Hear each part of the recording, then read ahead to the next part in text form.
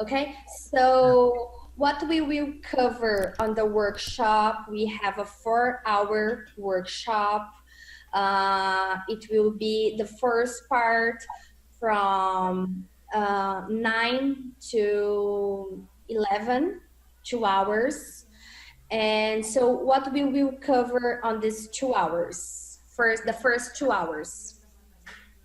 Okay, in the first 2 hours, I'm going to be talking a lot about the development of the therapy, where it came from, why, and how.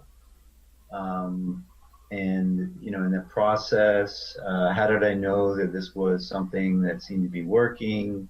What were my goals at the time?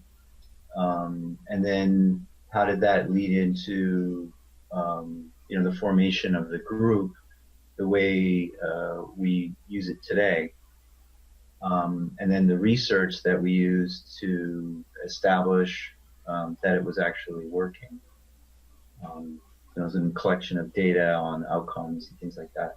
We'll talk about that, and then the expansion of the group from the initial sort of simplistic triad model where we were just building sets, and then it became more of a creative process where we had larger groups doing larger projects that involved a lot of creativity, called freestyling, um, and and then the kids began identifying more with the group, and it became somewhat of what I call a Lego.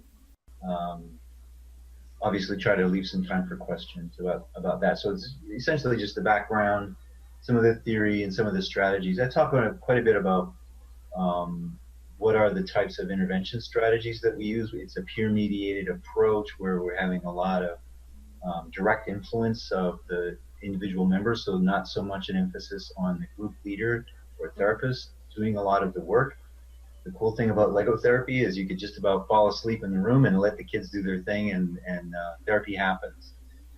So it's really as much as possible a peer-led treatment approach, and we do. We'll also talk about strategies for helping and having an influence with parents and getting parents involved, not just with the group but also with each other.